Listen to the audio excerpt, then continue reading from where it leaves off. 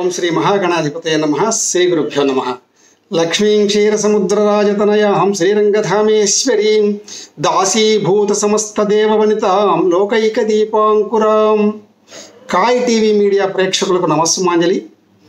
మనం ఇప్పుడు ఈ వీడియోలో వరలక్ష్మీ వ్రత సమయమున పాటించవలసినటువంటి కొన్ని నియమముల గురించి సోదాహరణపూర్వకంగా తెలుసుకుందాం.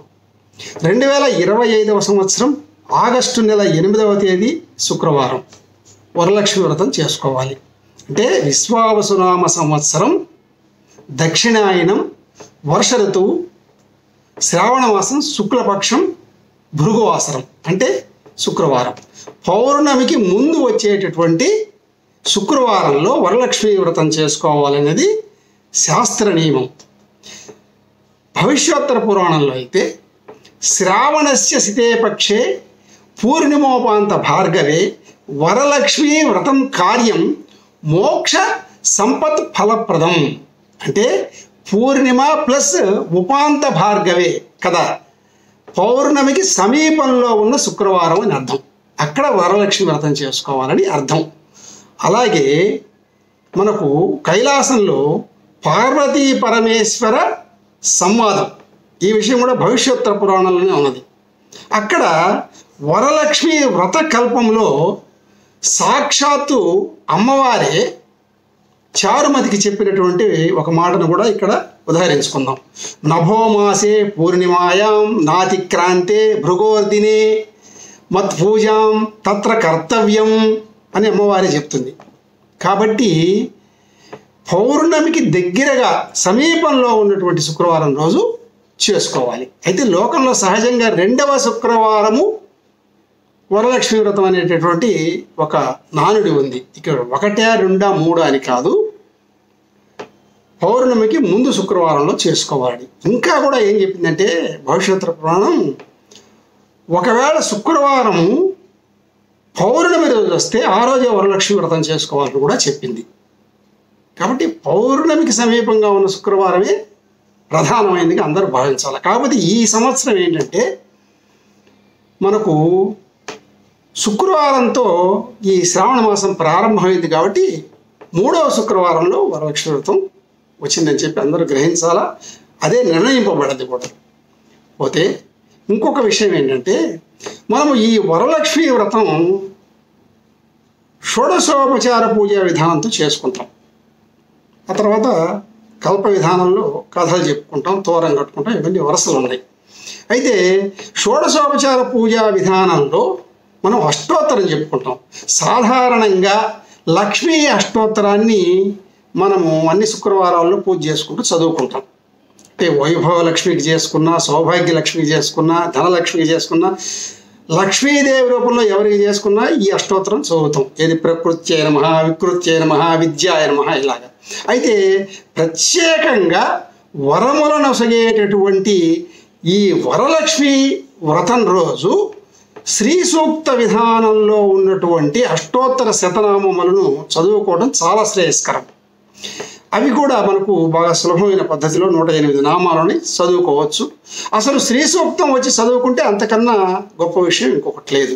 అయితే ఇక్కడ నామాలు ఏంటంటే ఓం హిరణ్యవర్ణాయై నమః, హరిణ్యై నమః, ఓం సువర్ణస్రజాయై నమః, రజతస్రజాయై నమః, ఇలాగ 108 నామాలు చదువుకుంటూ చివరి నామం ఓం లక్ష్మీ నమః అని ఈరోజు ఆ అష్టోత్తరం కూడా చదువుకోవడం చాలా గొప్ప విషయంగా భావించి అందరూ కూడా చక్కగా మనకు గ్రంథాల్లో రాసి ఉంటారు, చూసైనా చదువుకోవచ్చు.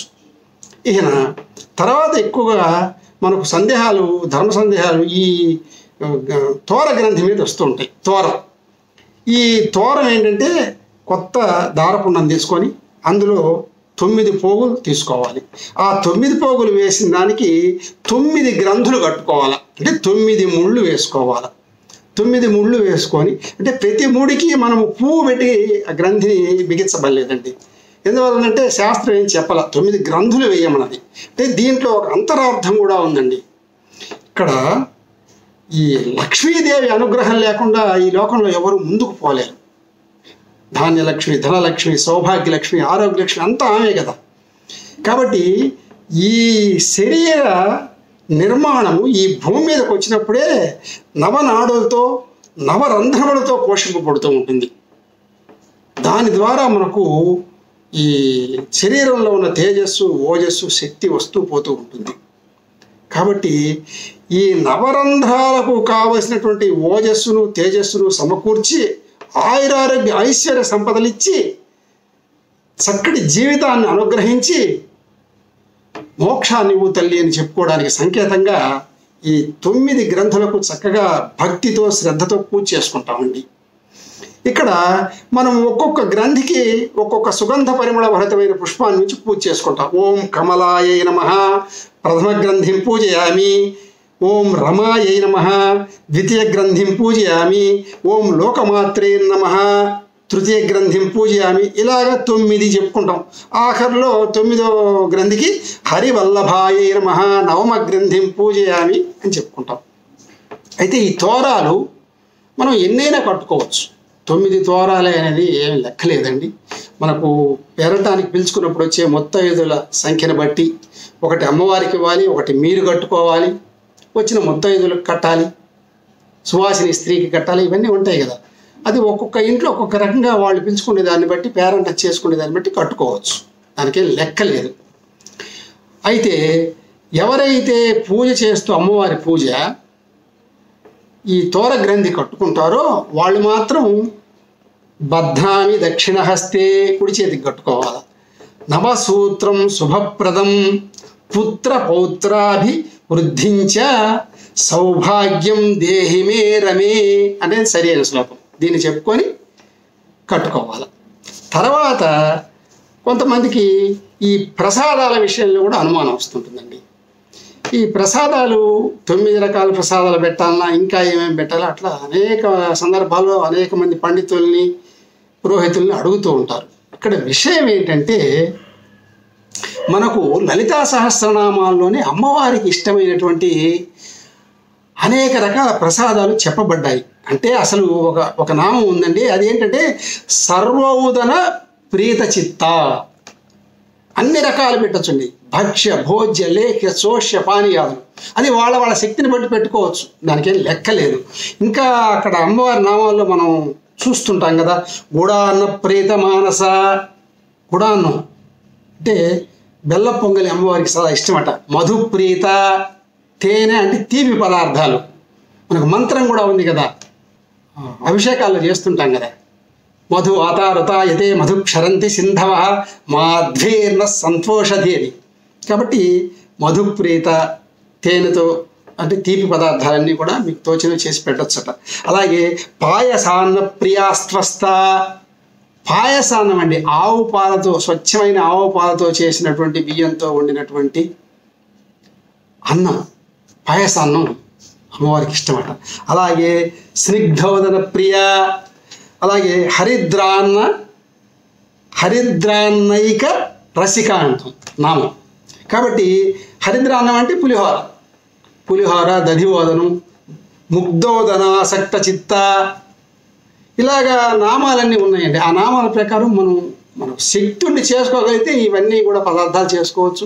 ఇంకా చక్కగా మనము వడపప్పు, పానకము, అలాగే మంచి తాజా ఫలములు, ఇట్లా మనం అన్నీ కూడా చేసుకోవచ్చు. ఆరుద్ర ఉద్గఖండ రంభాఫల నివేదయామి అని చెప్పి అవసర నైవేద్యం కూడా పెడుతుంటాం కదా. కాబట్టి వాళ్ళ శక్తిని బట్టి వాళ్ళకి అందుబాటులో ఉన్న నైవేద్యాలన్నీ పెట్టుకోవచ్చండి. ఖచ్చితంగా 9 పెట్టాలా లేదా 5 పెట్టాలని నియమం లేదు. శక్తి ఉన్న వాళ్ళు పెట్టుకోవచ్చు ఎన్నైనా. ఇది మనకు శ్రీకృష్ణ పరమాత్మ చెప్తాడు కదా, భగవద్గీతలో చెప్తాడు, భాగవతంలో పోతన గారు రాశారు, పత్రం పుష్పం ఫలం తోయం. మనం ఇన్ని పెడితేనే మనల్ని అమ్మవారు అనుగ్రహిస్తుంది. భక్తి శ్రద్ధ ముఖ్యమండి.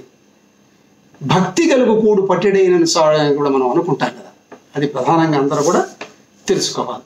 అయితే ఈ వరలక్ష్మి వ్రత విధానంలో మనం చక్కగా షోడశోపచార పూజా విధానంలో వరుస క్రమంలో చేసుకుంటూ వచ్చి తర్వాత మంత్రపుష్పం చెప్పుకొని అంతా పూజ అంతా వ్రత కథ చెప్పుకుంటాం కదా, తోరం కట్టుకొని. ఇవంతా అయినాక చివరిలో ఏంటంటే మనకు పురోహితుల వారు ఉంటే వారు చెప్తారు, మన చేత చెప్పిస్తారు. లేకపోతే మీరు సొంతగా చేసుకునేటైతే మనము కాయక వాచక మానసిక దోషాలు చేస్తూ ఉంటాం, తెలుసో తెలియకో. అక్షరాలు తప్పు చెప్పచ్చు, మంత్రం తప్పు చెప్పచ్చు, ఇంకేదన్నా భగవంతుడి పూజా విధానంలో పొరపాటు దొర్లుండొచ్చు మనకు తెలియకుండానే. కాబట్టి ఖచ్చితంగా ఏం చెప్పుకోవాలంటే మనము అపరాధ క్షమాపణ చెప్పుకోవాలండి అమ్మవారికి. అది ముఖ్యం, ఎవరు మర్చిపోకూడదు. మనం గ్రంథం పెట్టుకొని అన్ని చోట్ల దొరుకుతుంది, వచ్చిన వాళ్ళు నోటికి వస్తే చెప్పుకోవచ్చు. అదేంటంటే అపరాధ సహస్రాణి క్రియంతే హర్నిశమ్మయ దాసోయమితి మాం మత్వ క్షమస్వ పరమేశ్వరి అని నమస్కరించుకోవాలా. యదక్షర పదభ్రష్టం మాత్రాహీనంచ యద్భవేత్ తత్సర్వం క్షమ్యతాం దేవి ప్రసీద పరమేశ్వరి అని చెప్పి అమ్మవారికి నమస్కరించుకొని ఆ తర్వాత అందరూ కూడా సంతోషంగా భోజనాలు చేసి ఆ రోజంతా ఆనందంగా గడపాలి. ఇది వరలక్ష్మి వ్రత విధానంలో ఉన్న కొన్ని విషయాల్ని మనం ఈ వీడియోలో తెలుసుకున్నాం. మరికొన్ని విషయాలతో మరొక వీడియోలో కలుసుకుందాం. సర్వే జనాః సుఖినో భవంతు. స్వస్తి. మరిన్ని అప్డేట్స్ కోసం మా కాయ్ టీవీని సబ్స్క్రైబ్ చేసుకోండి.